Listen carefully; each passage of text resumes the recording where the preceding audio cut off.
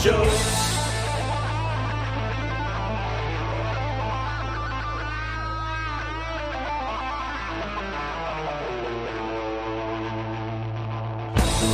Welcome to the Regular Joe's podcast. I'm Dave Pisani. I'm Barry Kay. And I'm Todd Pleasant.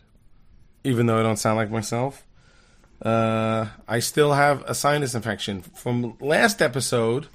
I think I started one. Now I'm towards the end. This is the sexier voiced version of Dave Pisani. That's right, yeah.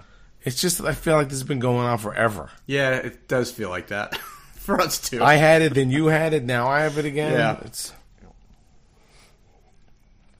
Anyway, we're going to talk about a couple movies. We're going to talk about a TV show. Surprise.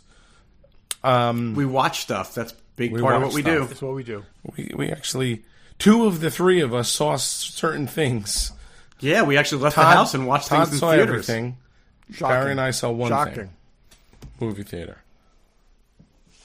Alamo has a whole new... You guys haven't been to an Alamo, but they just changed their seating to where it used to be fairly regular movie seats with like this long, thin table so you can eat your stuff. Now it's all reclining chairs with its own little sort of like, grammar school little table that swings in and out. That's what my movie theater has been like for years. I don't know if I love that, but... Dave, the way your voice kind of cuts in and out, you got like a little Christopher Walken edge to you. Alamo. Yeah. Well, when he said Alamo, I thought it sounded exactly like Christopher Walken. Oh, really? I didn't hear that. Sorry. Alamo. But Yep. I had this watch shoved up my ass. This uncomfortable piece of metal shoved up my ass. Yep. But anyway, that's the story with the Alamo. You know what this song needs? It's more cowbell. More cowbell. That's not him. I know it's not him. I know. I'm just messing around now. Who is that? Is that Will Ferrell? That's Will Ferrell, yeah.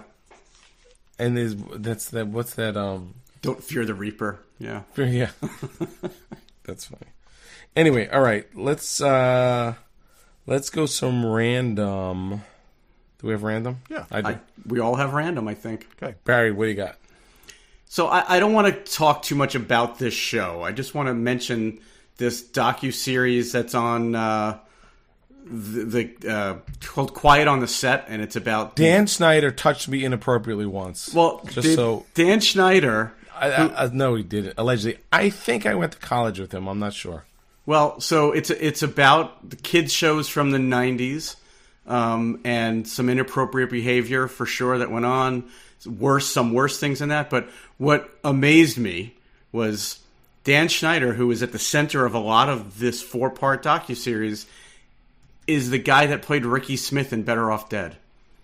He's the neighbor that lived across the street from Lane Meyer in Better Off Dead. That doesn't really mean anything to me, but... Have you ever seen Better Off Dead? I have, but I would not remember that character. It's one of my all-time favorite we know that, movies. Still, it's like... And when I heard this story, I didn't connect the name, because I'll be honest, I don't really know the name of the actor that played that character, but I'm very familiar with the character. And when I saw his face, I was like, holy crap, that looks just like Ricky. And I looked it up. So you weren't like sure thinking enough, of the little children and all that kind of stuff? You really were going back to this I'll be honest, I watched that 4-part docuseries because a lot of those shows were the shows my kids watched when they were young. And it's awful what happened on a lot of that. All of it's awful. Don't get me wrong. But yeah, my biggest takeaway, other than how, I'm glad my kids never went into acting, is that Dan Schneider was Ricky Smith in Better Off Dead. He was a big producer. I gotta look. Huge. I thought I remember him from college. I'm not big sure. Big time. I mean, for 2 decades, he was like the guy at Nickelodeon. Like he was just a hit maker. So here's our generic PSA. Parents, don't push your kids into a career in showbiz, okay? And if you want confirmation on this, check with young Anakin. It just doesn't end well. Well, and if you, for whatever reason, this is your kid's like lifelong dream, make sure you never leave them alone on the set. Yeah.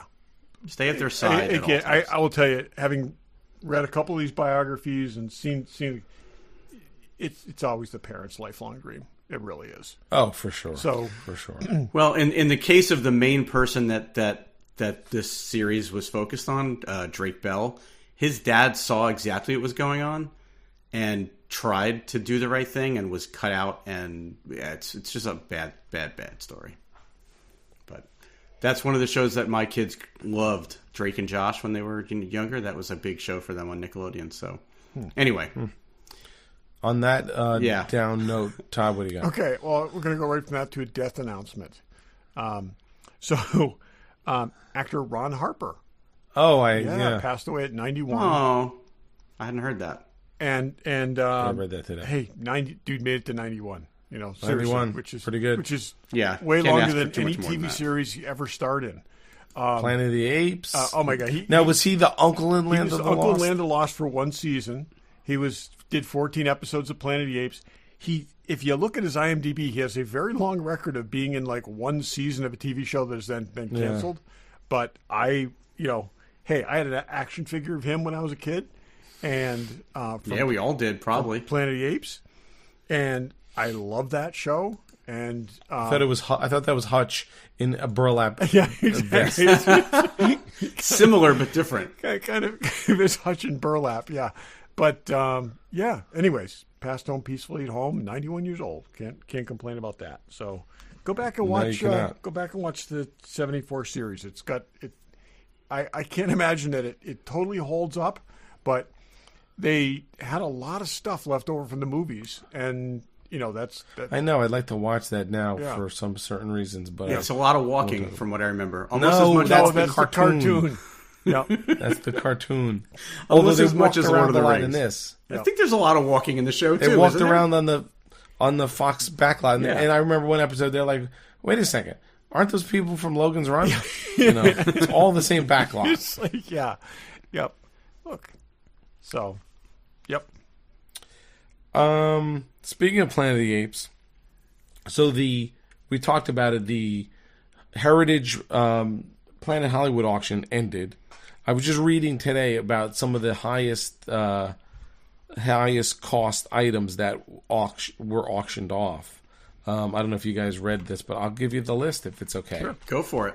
So this is the ridiculously long 5-day Planet Hollywood auction. So, I mean, it went on forever. I mean, I bailed after day 2. I couldn't even look at it anymore. It was not that it was, bad or anything, but I had bought something in day 1. I was just going to say, you left because you were bored, or they had taken all your money. Because you spent all your No, money. they didn't take all my money, but I didn't want them to take anything else. But I had about 15 items on my interest list, and I wouldn't bid on most of them, but some went for way more than I thought. Like, I'll give you an example. The Flash sword, because we've seen those before. Yes. $13,000. Yeah, 5 years ago, that would have been a $5,000 to $6,000 item. Yeah. Yeah. And I had some stuff on there that I marked of like, if this goes really close to sort of the open, maybe I'd be interested in. Like, Nothing did, right? the vest that Jean-Claude Van Damme wore in Time Cop, I'm like, that could be cool. And it was at like $525 forever. It sold for $5,500. Yeah. That's a lot. It is. Anyway, so here's the highest selling things. People, well, at least the prop store guys, prop podcast guys, thought the shaving Barbasol can would go for most. It did not. The highest priced item was the Titanic door for $718,000. Yeah, that's a lot. Well, they had speculated that something from Titanic might be the big seller. But we've seen that door before. But I guess its provenance is more recorded with the Planet Hollywood stuff. For whatever reason, Cameron either gave a shit ton of stuff to Planet Hollywood from the movie, or they bought it. But they had like there was a lot of 100 stuff. pages. It felt like 100 pages of Titanic stuff in that catalog. They could have bought it in I don't know what studio that was, but there were studio auctions back in the early 2000s.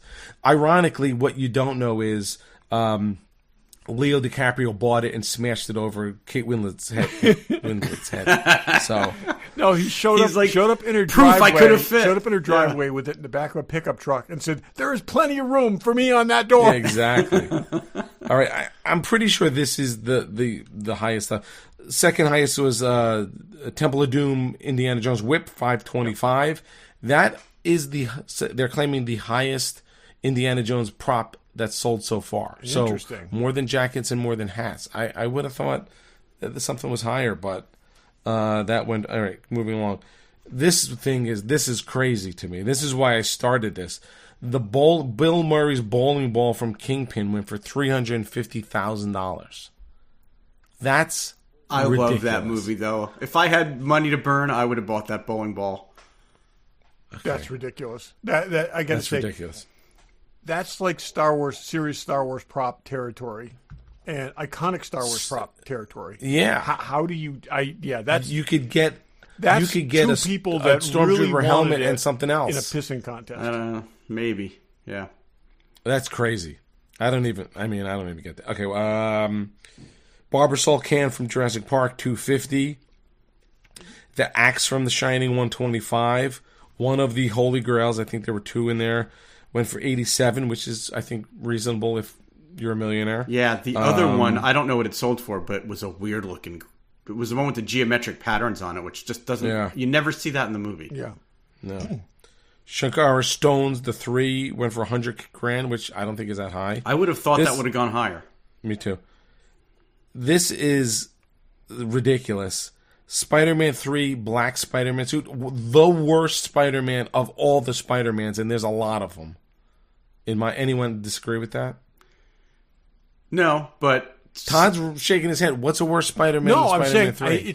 I'm saying it's kind of indisputable. I mean, it's not even a point of discussion. $125,000. Like, seriously? Well, so what's interesting about that one too, because my son and I were looking at that one, it's not in great shape, that suit. Like, so it because they 3D printed a material on top of the cloth, and it looked like it's separating. It looked like it was separating and not in great shape. So, but like, I wouldn't take something from that suit can't disintegrate fast enough for Tobey Maguire. So yeah. Anyway, so they 5 days. I don't know how. What did Taylor's spacesuit sell for? Do you happen to know? I thought it was 10. That's not bad. Doesn't seem much at all. Yeah. I don't get the bowling ball. I'm sorry. Compared to the Barbasol shave cream thing. Yeah, one is clearly far more iconic than the other. I don't dispute that with you. I'm surprised that bowling ball sold for as much as it did, but it is. There's not a lot of iconic comedy would have been a lot. You know what I mean? There's not a lot of iconic props from comedy movies. Dave, you were absolutely $35,000 would have seemed like a lot. Would have been like, holy shit, $35,000. Wow, that went for $3,500 would have been okay. That's a good deal. And yeah, that seems a lot more in line. Somebody wanted it. Two people wanted it really bad. That's what I'm saying. Clearly, yeah, it's just got to be a pissing contest because I wonder if who was Peter Jackson bid on any of this shit. Yeah. Oh, I didn't. Did I have that? I didn't have the Taylor suit in my. Well, the three of us need to talk offline at some point this week about something else. Don't mention it. I'm not saying what it is. I'm just saying. Don't even say what the auction is. Okay, I won't. We don't want the less people who know about that, the better. That's definitely a little under the radar. Yeah. Okay, it's a sneaker auction. We're gonna. I need Ili Nastasi's sneakers when he won the U.S. Open. First model of the Air Jordan. Yeah. Yeah, we can't afford that at all. No, we can't. All right, any other random? Speaking of movie props, I just have a quick update on a story that we talked about like a month or so ago. So we talked about the ruby slippers that were stolen years ago, and the guy that on his deathbed confessed. So a second man's been charged in the connection with that theft. Guy named Jerry Hall Salterman. He's 76. He was charged with major artwork theft and witness tampering. And in the indictment said that he received, concealed, and disposed of an object of cultural heritage. He knew it was stolen and threatened to release a sex tape of a woman and take her down with him if she didn't keep her mouth shut. He showed at court in a wheelchair with an oxygen tank. That's what I always That's an do. act. Whenever I get prosecuted for prop theft, I show up in a wheelchair and an oxygen tank. So This is like it's 19 worked. years. It's worked well for me, It took 19 years, but they finally brought these two guys to justice. as well they should have. Are those up for auction though? No, I don't think so. They belonged to the Wizard of Oz Museum or something like that, the Judy Garland Museum. I don't know what the status of those is now, but they've been returned to the owner. I know There's that. no place Whoever like the home. owner. There's no place like. Yeah, see, if they would have just clicked the shoes together three times, they just might gone have back to where magically they belong, gone you know? back to their owner. Yeah. This just in, the with buyer's premium, the Taylor suit went for $13,000, That's That cheap. sounds. which is about 10. You know Low. what went for a Lakers jersey and shorts from Shaquille O'Neal went for $262,000. Jesus Christ. Well, sports memorabilia guys are just as crazy as movie memorabilia guys. That Princess Leia blaster went for $150,000. Yeah, I mean, if you listen to the props podcast, it sounds like that gun, the actual underlying gun, is the right gun, but Yeah, it it's had got all been- the all the parts, greeblies yeah. and stuff that were put on it probably sounded like it needed to be stripped down and redone. So, A Chucky doll went for $106,000. is that from the first Chucky movie? Does it matter? Yes. Oh, I'm sorry. Yes, I think it does. I think it's, What else? Titanic is a couple. The ship's wheel went for $200,000. Okay. Hey, hard to debate that isn't one of the biggest movies of all time. I mean, Although- financially, it certainly is. Someone hates it. Who hates it? I don't hate Titanic. No, Ryan on the podcast. Oh, yeah, I know. Like, seriously? Oh, remember that monkey skull in Yes. Temple of Doom? Yep. $62,000. 62,000? Yeah, we were talking about that. That could be affordable. Not so much. The world has changed. The Woody Harrelson bowling ball that I think is a regular bowling ball went for $50,000. Okay. Well- I'm sorry. That's the head shaker of this whole thing. That makes no sense whatsoever. The Bill Murray bowling ball is cool. That's the clear one with the flower in it, right? Yeah. I love that movie. Yeah. It's just, yeah. Boy, there's stuff I looked at like, wow, if that goes cheap, I'll get it. There's Last some of the really Mohicans rich dude Musket. who thinks that Kingpin's the greatest movie ever, and there were two really rich dudes. Really rich dudes. Yeah. I had on my list to bid the bat that Tom Cruise walks around with in A Few Good Men. Did I mention that to you guys? Yes. I'm like, no, who's gonna $30,000? Of course. Yeah. Tom Cruise DNA on that. Tom Cruise, yeah. I mean, Yeah. I want something Tom Cruise. I was looking to bid on like little tiny things in one of in the last of the prop store. Those, but they even went for too much money. Anyway, it's not crazy and spending way too much of your money. Fanboy Collectibles, because there's deals to be had because their prices are good. all the good prices. All the good prices.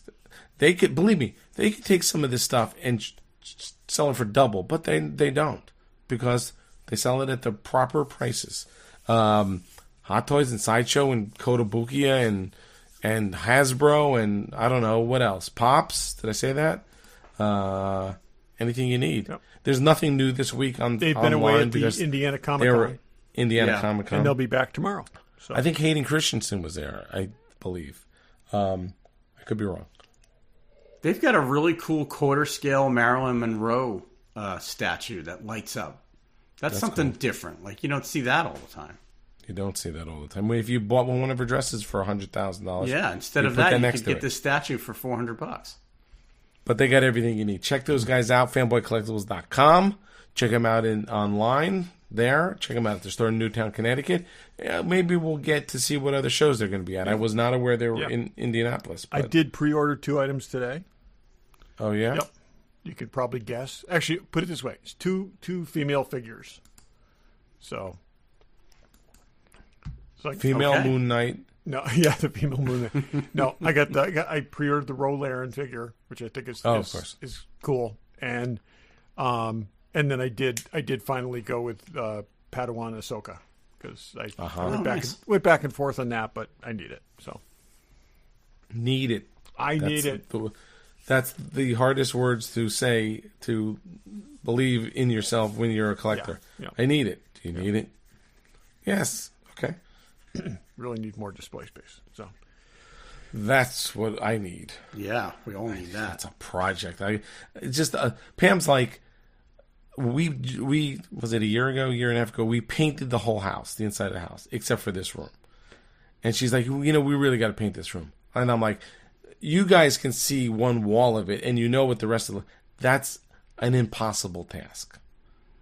This room is not getting painted.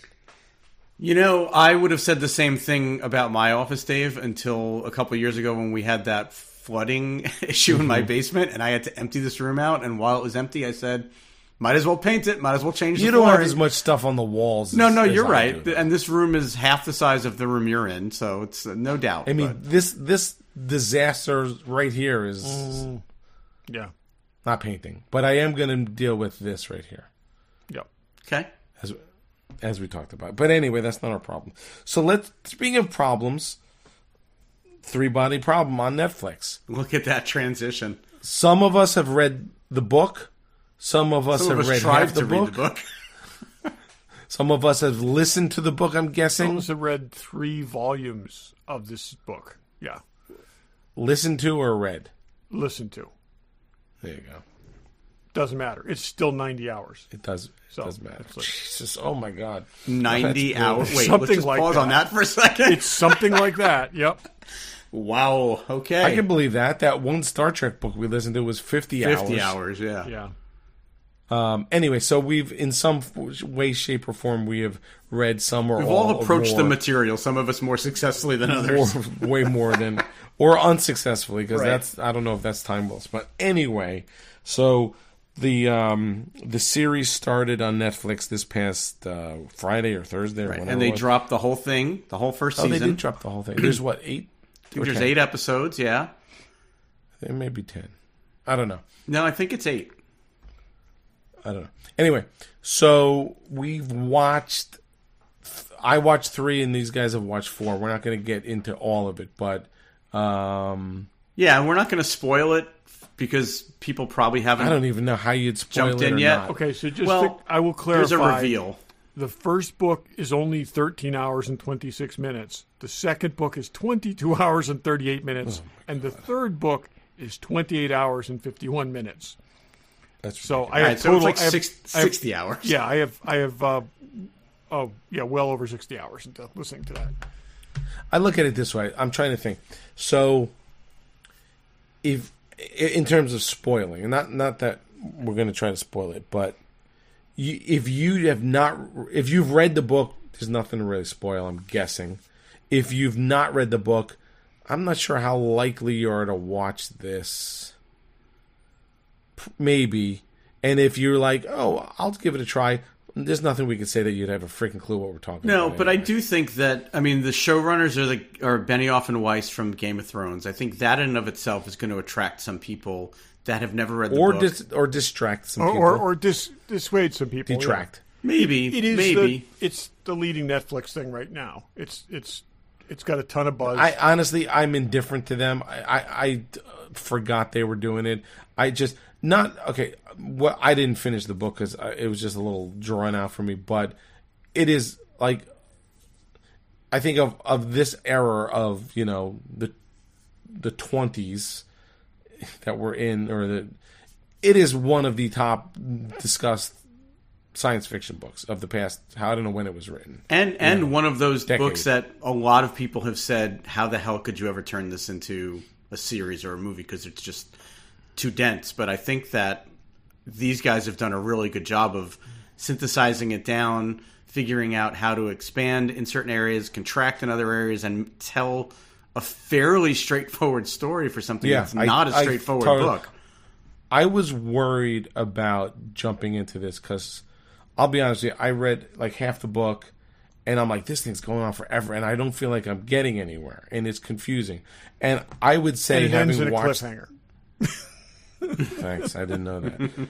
I would say, in the first 3 episodes that I watched, I was a little past where they've gotten so far, but here's something that I walked away from feeling like I'm not into this.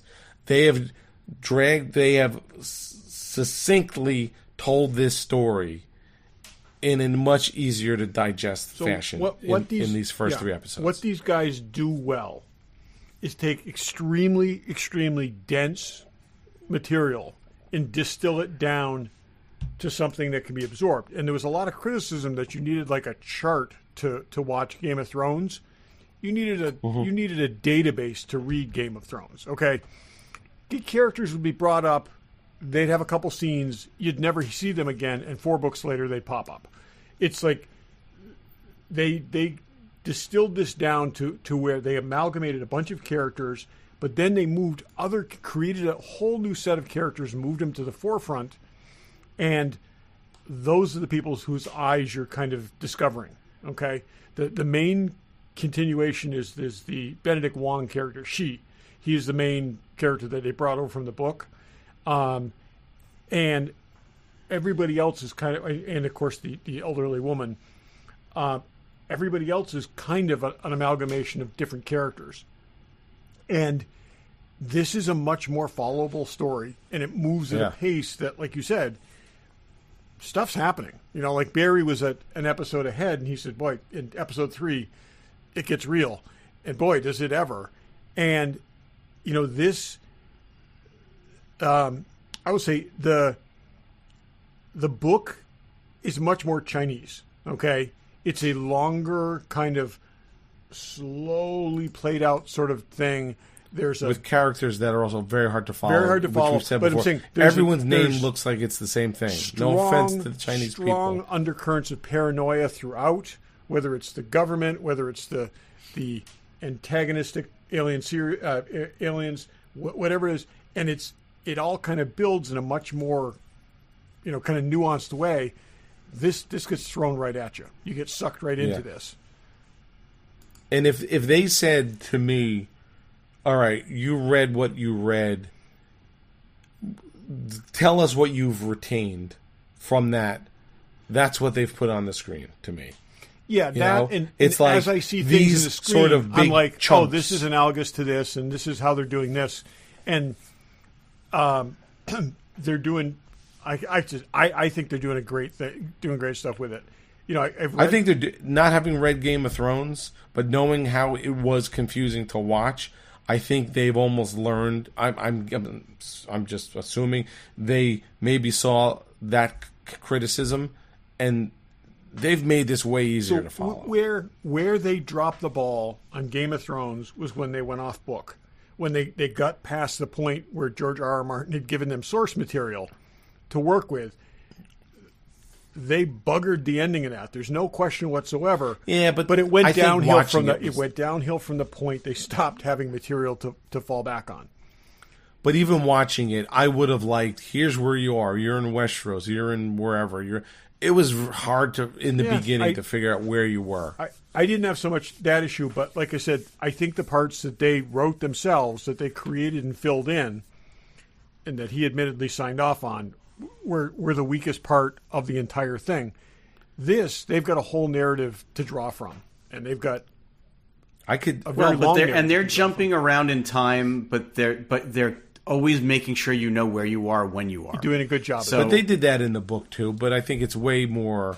But that's what I'm saying is your complaint about not knowing where you were in the Game of Thrones stuff. At least here, when they're jumping around and they're changing, locations or eras, it's clear what they're doing. Yeah, there's not as many too, but I think they've done a really good job of it. And they're doing the Netflix thing where at the end of an episode something happens that compels you to want to immediately start watching the next episode in a way that a lot of shows don't do. And the fact that they dropped the whole season all at once. And they like the jaw drop for the end. That's fine. I have no problem. Which is great when you're able to binge the whole thing. It's worse when you've got to wait a week or more. I like that waiting.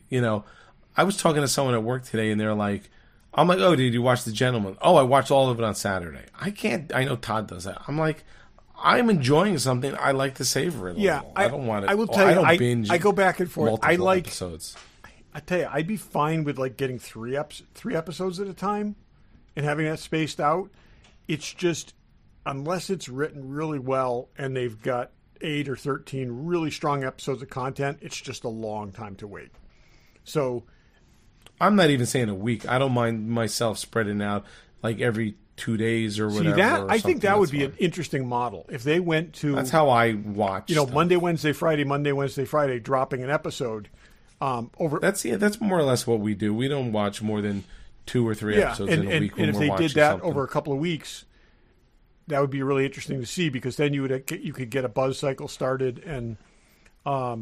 Yeah, but I also put them all there and let me choose the pace I want to watch it. Yeah, but that's fine too. If I finish an episode and I want to go to the next episode, there are major headlined spoilers for the third episode of this show on all over the internet right now. Okay, and everything that you find about this, there's a number. I sent you one thing today. There's a number of things out there that are totally foreshadowing what's going to happens in the third episode. And it's like, really? This just came out. I wouldn't have seen it if you hadn't have sent me that article. Yeah. Well, I found like 4 of these things today that I was really glad that I did. I had seen it. I just scroll past. I saw something for the Walking Dead show, which I haven't seen last night's. It said something like, I'm like, not looking at it. Oh, I'm a few that's right. Behind I got to get back to that. We all did commit to finishing. Yeah, I know. That, I'm watching it. It's fine. I mean, I feel like it's low commitment. Yeah. No, I got to get back to that. No, I think this is really good. I like the characters they created. I like that there's stakes. They're explaining things, I think, at a decent pace. So I'm gonna refer to the other 3-body problem. If you have more than 2 actors who've been together in a previous show, makes me think of that other show. And this happened in Walking Dead. Okay, there were a number of times when you had 3 or more actors who were in The Wire that showed that they were in The Walking Dead at the same time.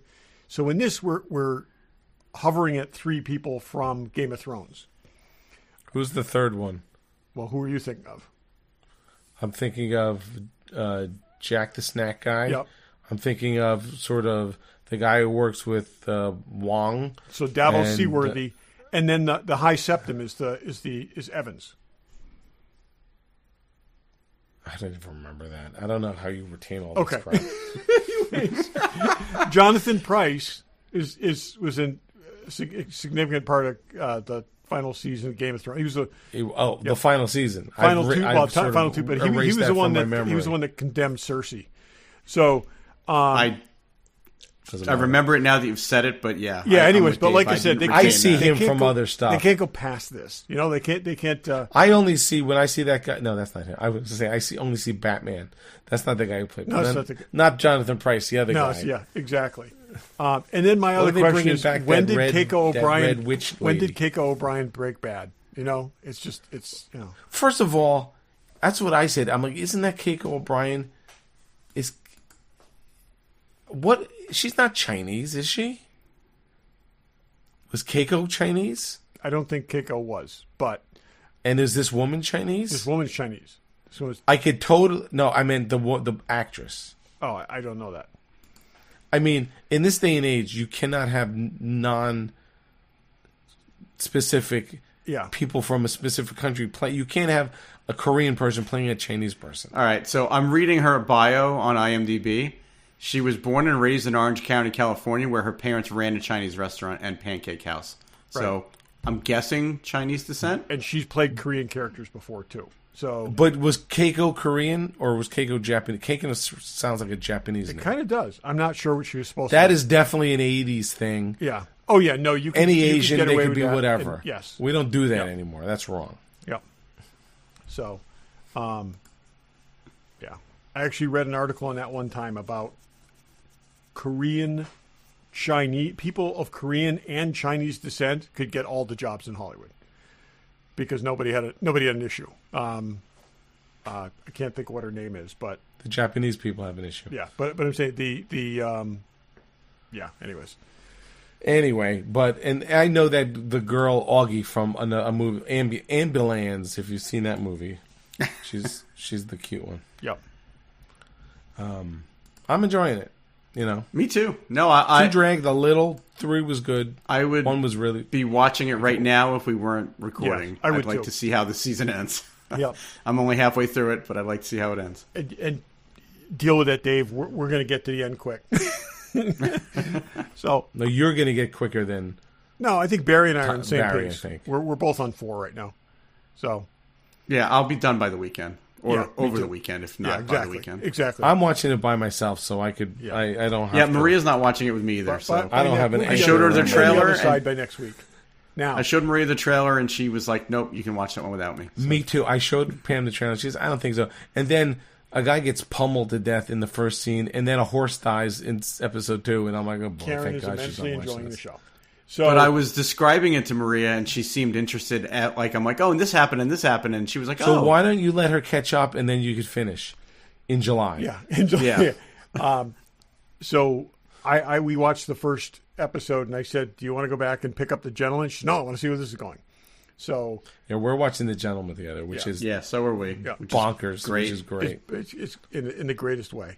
I have watched 4 episodes of the Chinese version of this on Peacock, 3 body. Okay. Much more along the lines of the original book. The first episode is almost unwatchable because the dialogue goes so quickly and you have to read subtitles. I've never watched anything where the subtitles were on screen. So I hit the back button, the 10-second back button, like 15 times in the first episode. It got better because they had to introduce every character in the first episode. And then when you get down the line and you get more individual or 2 people scenes, it's a lot more manageable. They do some really good stuff in this, I will say. It's not confusing your brain that you're watching both of them at the I same also time. read the books. So No, so I it's- know. I don't know but how you it's consume an awful lot of television media. Also, input remember, about the it's same like, time. How many versions of Batman are there? Okay, there's different channels. So I will tell you that, and you cannot confuse these two things. You cannot at all. There's some. I'm gonna have you guys watch. I'll tell you when we follow up on this. I'm gonna have you watch one particular scene, which is absolutely amazing, where they explain physics and how physics is broken with a pool table, and it's awesome. And it's like, Right, I'll watch a scene. When Yeah. I thought you were going to say an Yeah. episode, and I was going to say no, no. you're not going to make it through doing an episode. But this is really, really. I mean, there's certain things in this that are extremely well done, and I will probably follow this through the whole series. All Of course you will. 32 episodes, just to see what they do with it. But it's Are they at least short? yeah, they're about 32. about 45 minutes. But it's good. Like I said, it's I will say it's going to have nowhere near the audience appeal of the Netflix is doing this the right way. Okay, this was made for a Chinese market. They bought it. They probably bought it cheap. It is almost entirely Chinese cast. I think there were like 3 minutes of English language stuff so far in 4 episodes. But here's the point I was getting to. They tap dance around Chinese history that they take head on in the Netflix version. Okay, now right now, so I'm 4 episodes in on both shows. Okay, I think this woman is just mean and vindictive in the Chinese version. I do not see her at this point in the story. I do not see her motivation for what she did, what she initiated at all. Whereas in the show, you see the hurt and the betrayal and basically how everything she believes in is stripped away from her, and you see how she loses faith in humanity and can't see beyond that. In this series, she just she's just just being mean. So, and how was she in the book? very much like I'll say that is the most faithful thing in the Netflix series. Is it's exactly her motivation is portrayed exactly the way it is, and it's her father's murdered during the Cultural Revolution. She's put in a work camp. She gets moved to this radio. I remember all that. Yeah. Radio telescope project, and this opportunity arises. She gets basically a warning, and she does not heed the warning. In fact, she invites invasion. And now, so that's the basic premise. Still a lot more we didn't spoil, but it's the basic premise in both of these stories. You could say all three, but it looks very different in the other version. So curious to see how they do that. Whether they get further on, but I suspect, made for a Chinese audience, you're not going to go heavy into the Cultural Revolution, which is still very, very controversial. Well, thank you for taking the bullet on the Peacock version for the rest of us, because I have no intention 7 months from now, I'll report back in. Yeah, we'll check in on this once we're probably done, since we're sort of almost halfway through. So watch it, check it out. If you haven't read the book, I don't think you need to. Yeah, it's. I would say I think it's really good, and I think general audiences will like it. Without spoiling anything, up through episode 2, even though it was wacky in the book, the video game stuff is like, what the hell are they doing? The video game stuff is freaking brilliant. That is such a smart way of doing what they But they resolved it so much better in the 3 episodes than they did in the half of the book. That's what I'm saying. It's just that it was so smart to do it the way they did and kind of compress it, and I think it's also a known thing. There's so many people that are used to gaming, and so many people are used to VR things and stuff like that. I remember the people dehydrating themselves went on and on, pages and pages and pages and pages. Here it's like, okay, one or 2 times and we're done with that. Yeah. Anyway, okay, enough. We gotta move on. Barry, you've seen the converted. Todd wants to talk about something that he's not supposed to talk about. Converted oil tanker. Anyway. No, I'm not talking about something that's happened yet. The converted oil tanker. Yep. One of the coolest things in the book is ultimately how that tanker is dealt with. So when you see that coming, okay, I think it's going to be soon, but it's just like it's probably one of the things I remember most from that entire book. So I love that the oil tanker's name is Judgment Day. Judgment Day, and as soon as I saw that, I was like, yes, because like I said, there's some cool stuff coming. So good. Yeah. Okay.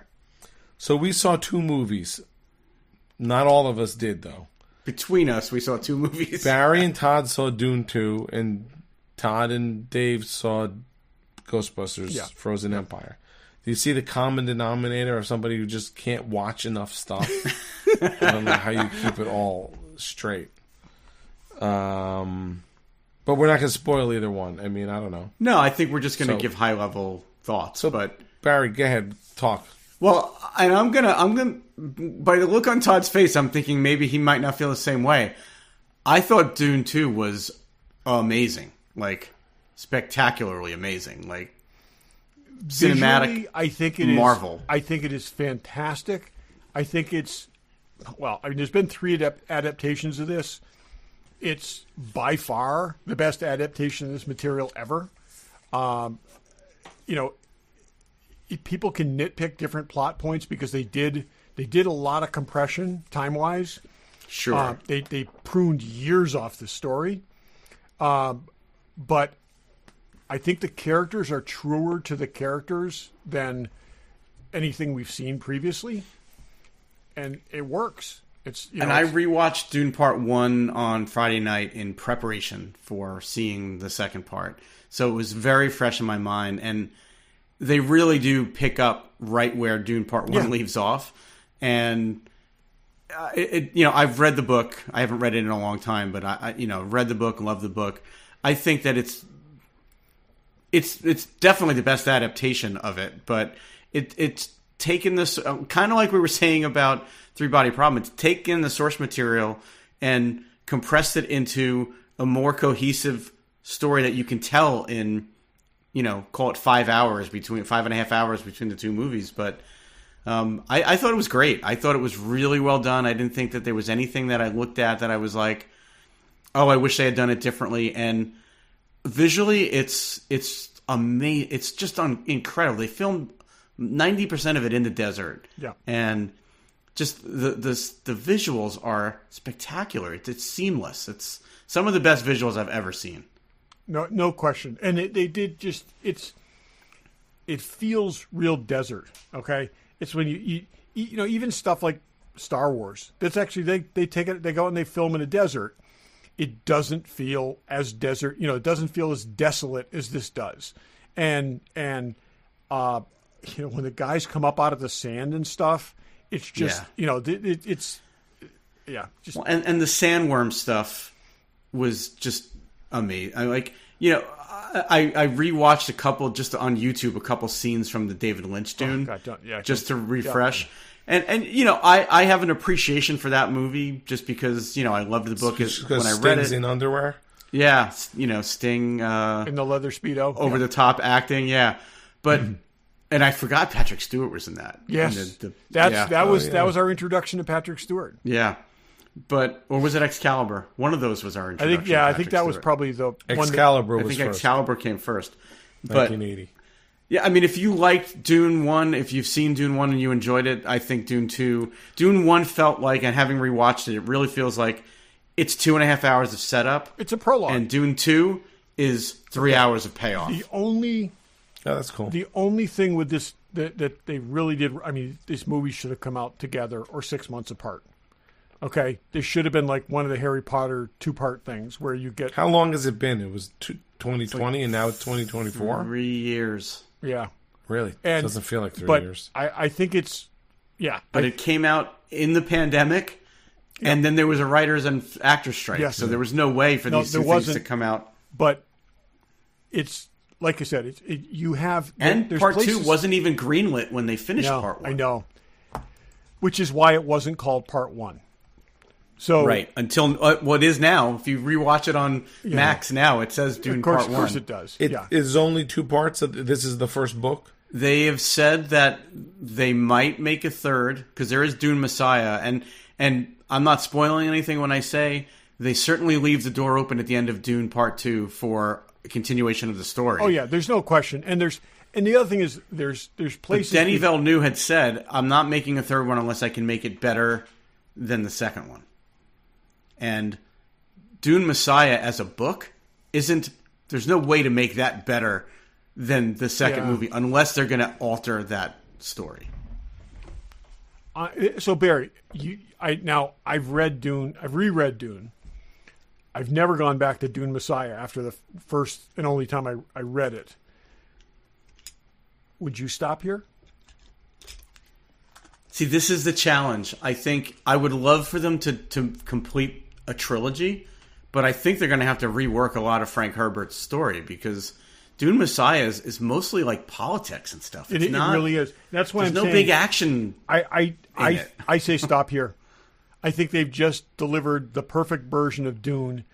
Again, the few things like keeping the daughter in the womb and, again, compressing that what was played out over several years, pressing it to several months. Other than those few conceits, I think they delivered an almost perfect story here. And visually, it is perfect. I think that they are going to be tempted. Certainly, the studio is going to be tempted to make a third. Well, they'll want to milk everything. They're going to have to alter the story. I think. I don't think they can tell the third story is a very political, drama. I think there needs to be more action than I haven't read that book in 30 years, but I don't remember there being much action in it at all. I re-listened 3 years ago on one of the anniversaries, and.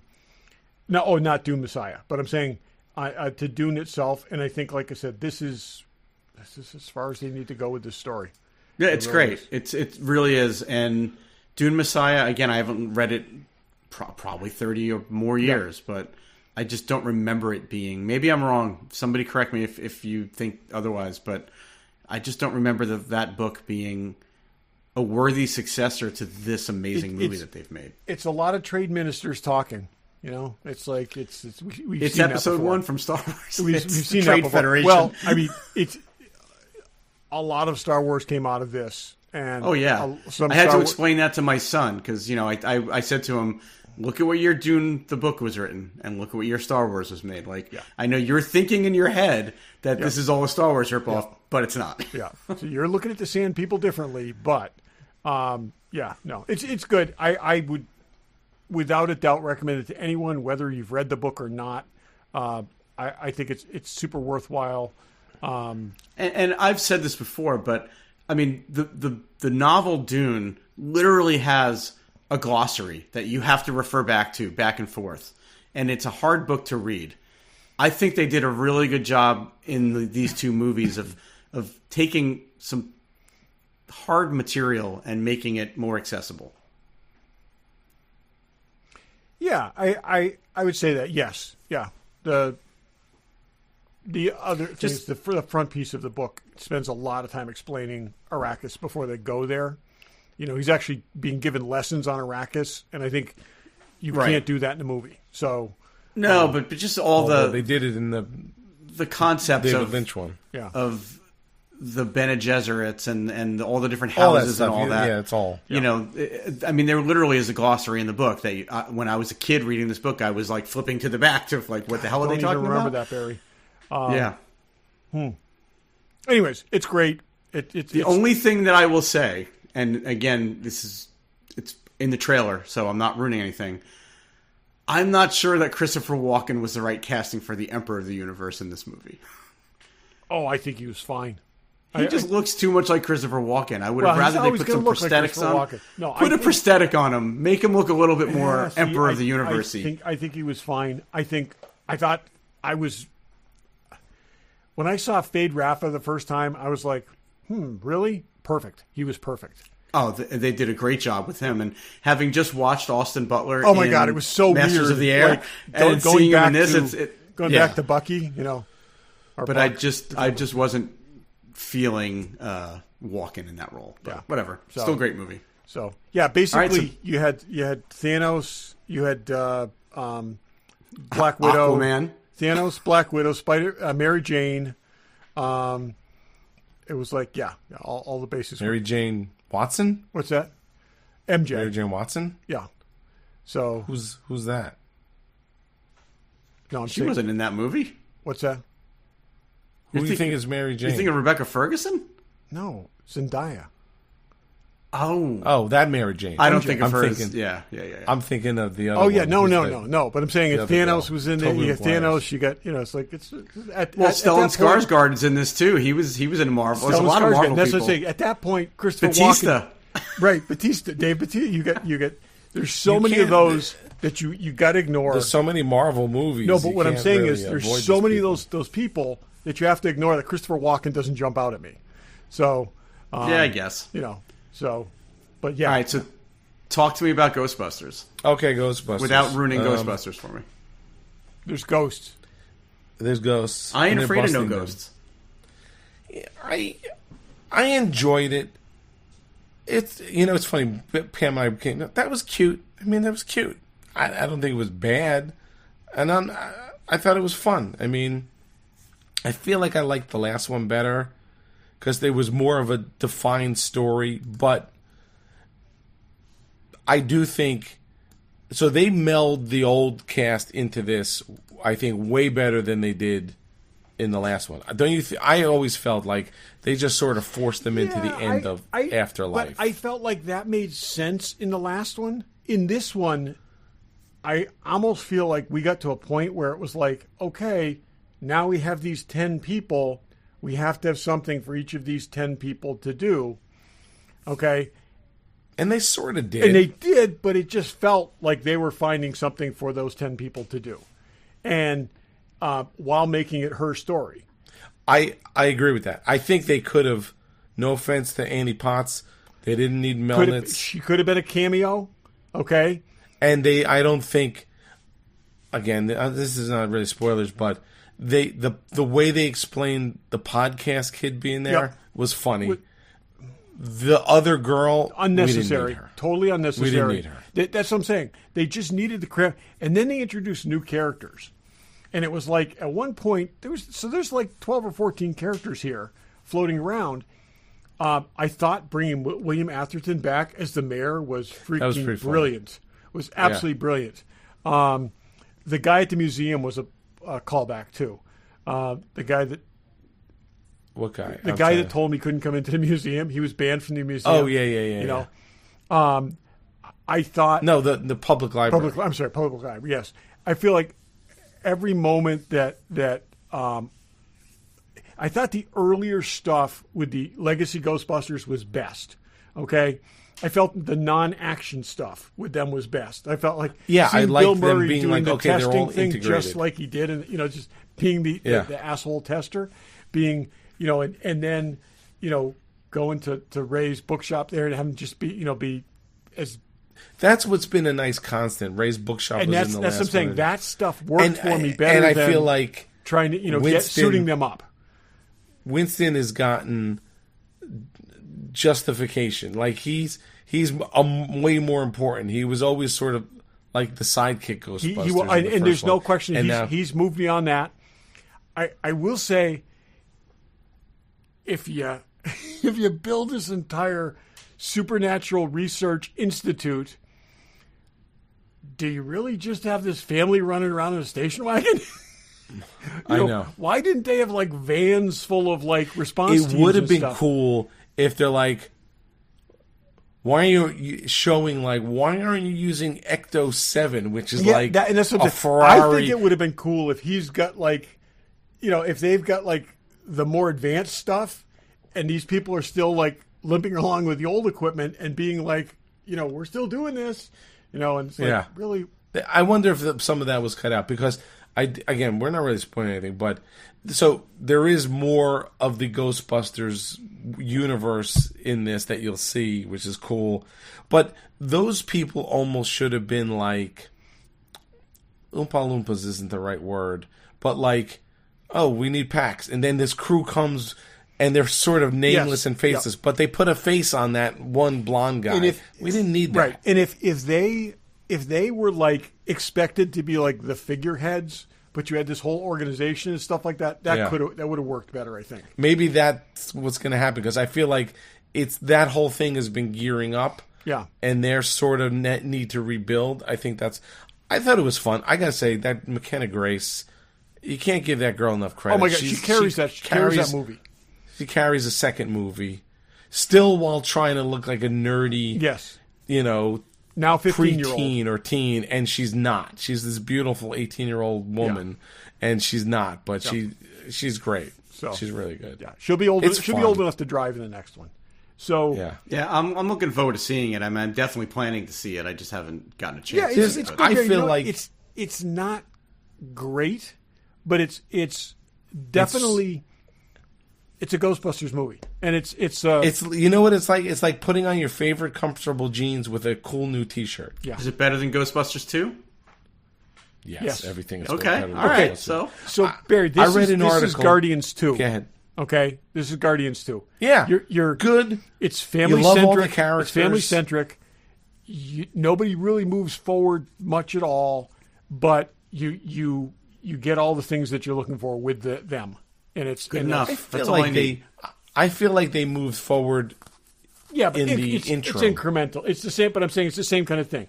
You see the little tiny progress, but mostly this is just kind of settling in and nice callbacks. I almost feel it definitely feels like they should be setting up for this epic third one of these, which I gotta believe they're going to do. I will say we see a hell of a lot more of that firehouse than we've ever seen before. Okay, and it's very cool. So yeah, well, we saw it fair. We have seen more. Now the interesting thing is now that firehouse is down in Tribeca, right? We saw the basement, we saw the first floor, and we saw a little bit of the third the basement floor. where the containment unit is. Yes, and that's what I'm saying. But it's it just seemed like they were in the offices and then they went downstairs. So, and then we saw the bedrooms, but not as much. Okay, we didn't see the attic, but they built. If you haven't watched the tested videos, Adam Savage is tight with Jason Reitman. Right. Is it Jason Reitman? Yeah. So they built the whole inside and outside of that thing in London. And I guess shot the exteriors out here. But they'd get into the whole firehouse. They talk a lot about that. They show the new ghost packs in one episode. They show a lot of the stuff as practical effects, which is really cool. Even it's not a spoiler, even the frozen people, when they collapse, that's practical, which is crazy. I love the starting in the past thing. Yeah. I thought that was very a clever way to do it. And the little deception there, and then you all of a sudden see, yes. I found it kind of curious that you started with firemen, like not early 19th century firemen, early 20th century firemen, and it didn't tie into the firehouse. I really thought that's where that was going. No, but they came from that firehouse. I know that. I get that. But I'm saying I thought there was something with the, oh, I see what a you're ghostly saying. Like connection somehow. Like the firemen were going to show up or something as ghosts and, something like that. But anyways, it was good. It's very watchable. It's very enjoyable. It's There's cool new things. Like there are these ghost tech guys who have a whole different blue coveralls with a different logo, which is cool. I want the patch. It's got a gear instead of a circle. A gear instead with of the ghost, which is cool. There should have been got like a gear with a ghost. A dozen of those guys. Yeah, with who were, and then which they show in the posters, and I know that I watched the video from there's like Ghostbuster Gear channel on YouTube. There's a company making those jackets, the red parkas, and then they're like $1,000, and then there's a guy already has knocked them off and selling them for $250. But these Ghostbuster parkas with all this stuff on it, which is really cool. Yeah. But they didn't show those enough. No, they did. They're in the posters, but the main cast. That's really what I'm saying. We saw a little bit of them. Barry, so this kind of like paranormal thing is like Q Branch for ghosts, right? Isn't it very much? Cool. Yeah, totally. That's kind of really what it looks like. It looks like the Q Branch, complex, but for ghost busting. That's cool. Yeah. There's people in the background testing things and all this kind of stuff, and it's very, very much an homage to that. So it's good. It's fun. It's fun. It's not going to change your perspective on the series. It's if you didn't love the last one, you're not going to like suddenly turn around and find this is the best thing ever. But they're trying to be true. They're not CGI-ing the crap out of everything, even though there's plenty of CGI. But they're definitely, even the sliming is, if you've watched those tested videos, is practical effects. Yeah, I didn't want to watch any of those videos until after I saw the movie. They don't give anything away. You could watch them all. Yeah. Let me ask you this, Todd, and Pam thinks I'm crazy, and without giving any spoilers, did you think Phoebe and her friend were going to make out at some point? Okay, so I will say, having watched that, they walked up to that line, okay, where it was like, is this like a friendship or is this like an attraction thing? And is this like somebody who just doesn't have a friend she can relate to? Or is there like because there was definitely... Now, Pam said when I said that to her, she said, no, that's a 15-year-old girl who wants a friend. And having her being a 15-year-old girl, she understands that. Me having been a 15-year-old boy, I want to see these two cute girls make out. So I will tell you, having spent way too much time around teenage girls, okay, I go with the friend thing. I can totally see it. I think it's this you is can a see girl where I'm coming who from, though. Cannot relate to anyone or any peer who basically has found a person that she can relate to, or a being she can relate to. But you know where I'm not crazy. Oh no, there's no question.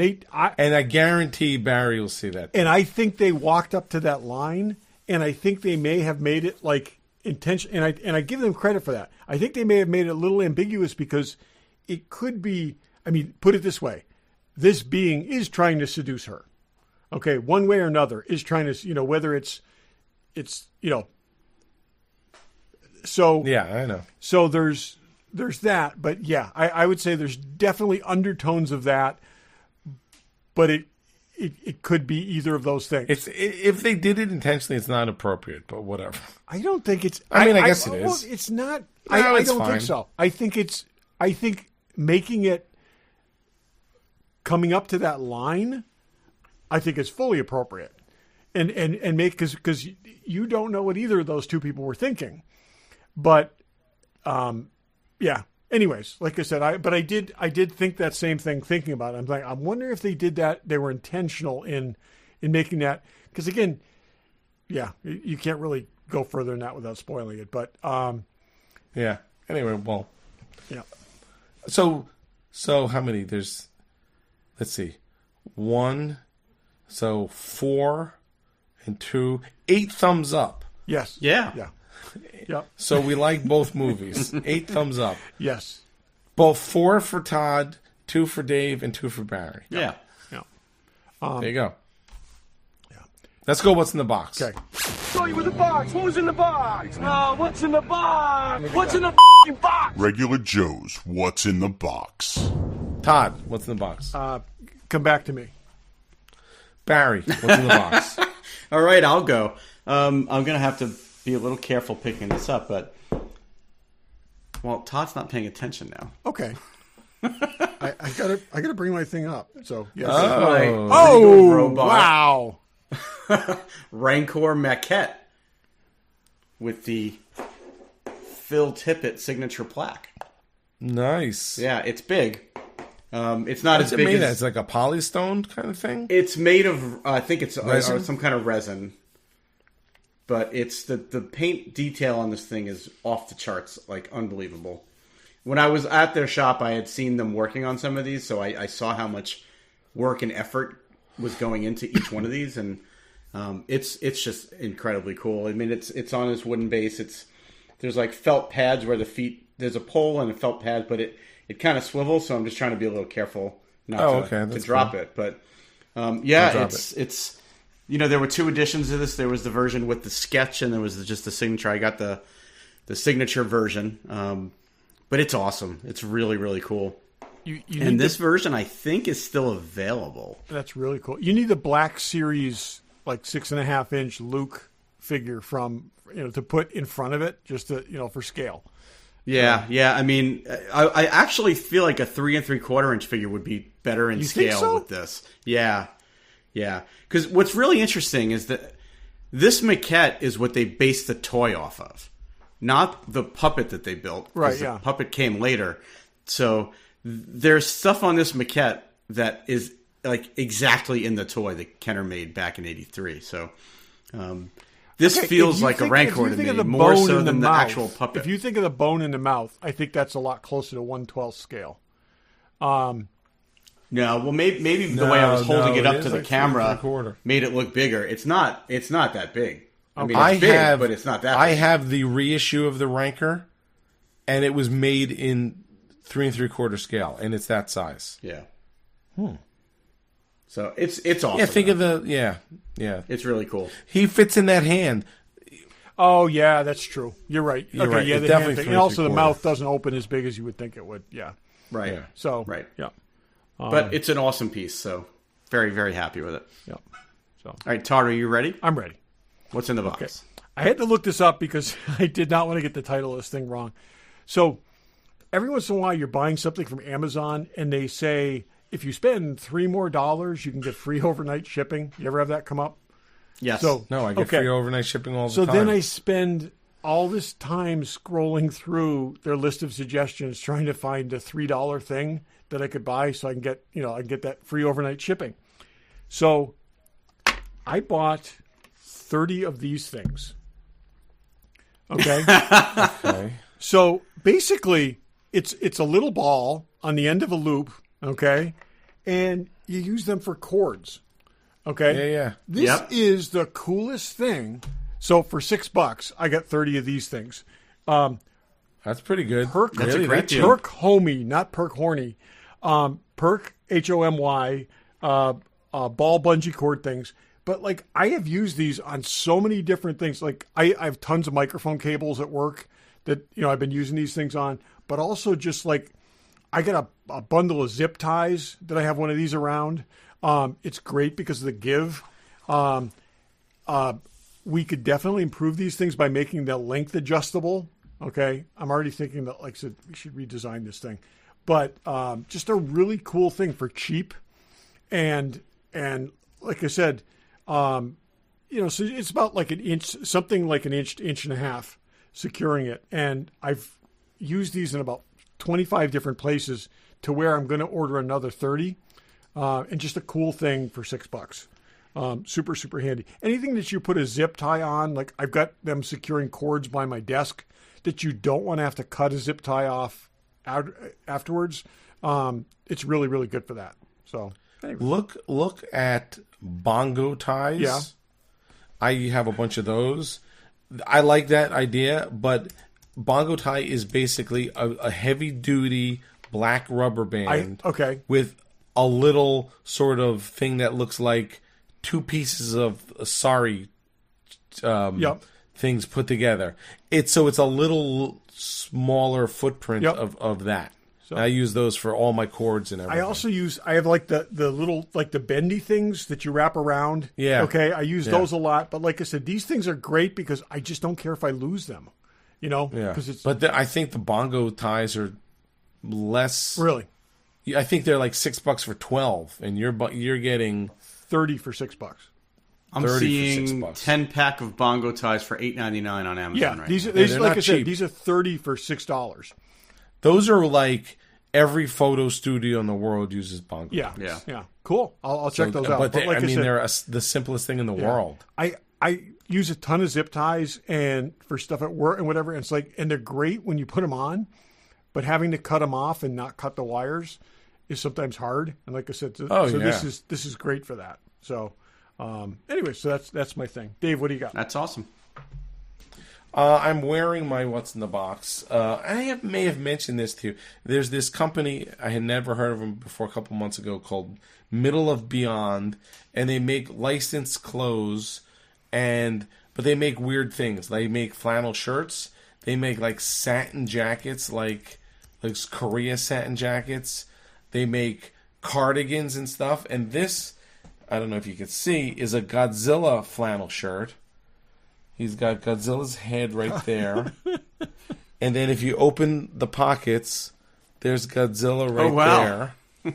And then inside the sleeves is Godzilla fabric. Oh, that's awesome. And it's green. They have first of all, I saw the Godzilla one. I'm like, I got to get that. Everything was sold out.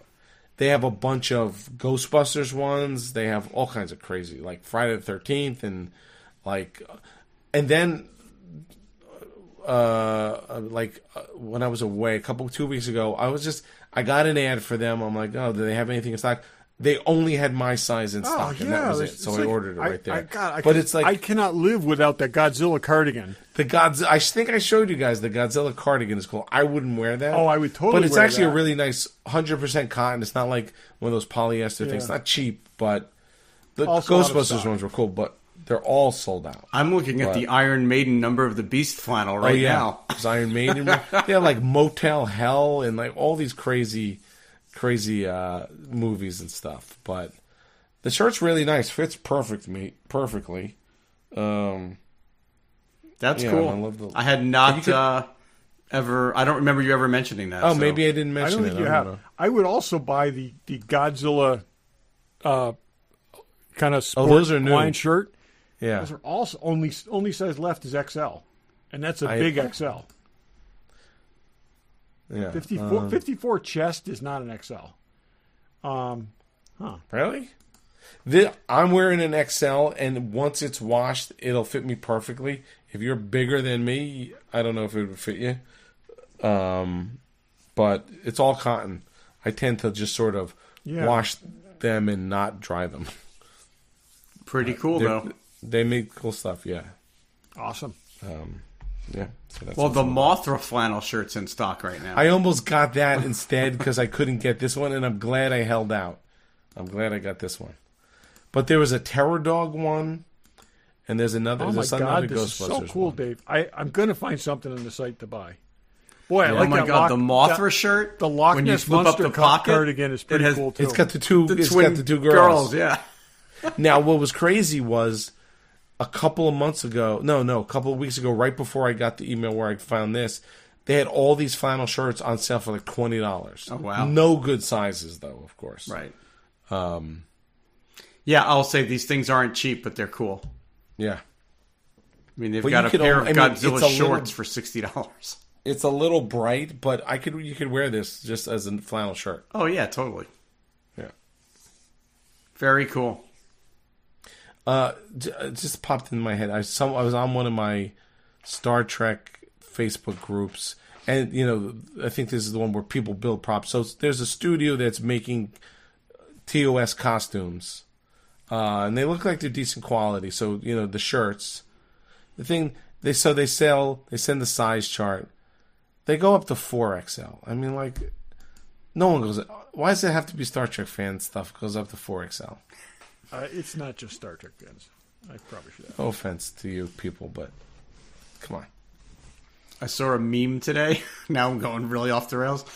It was a guy standing in a convention center with a sandwich board, but it was just made out of cardboard with a rope around his neck. And it said, "If you can afford the con, you can afford deodorant."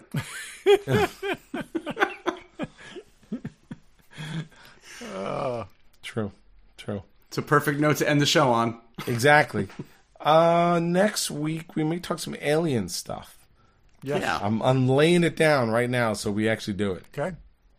I'd love to be able to talk about the Aliens 4K Blu-ray, but that is also unobtainable in this world we live in right now. I'm not buying another. I have so many I versions. will of buy Aliens. Aliens in 4K if I can get it, just like I want to buy The Abyss in 4K. My money is ready. Why can I not buy these things? Anyway. I don't know. I don't know. Anyway, whatever. We can't. I mean, I'm all a fan of physical media, but I have bought so many versions of Aliens. It's not. I know, but that's why I almost don't even care at this point. Just give it to me in 4K, for God's sakes. Anyway, well, with that, thanks for listening. Thanks for listening. Thanks for listening.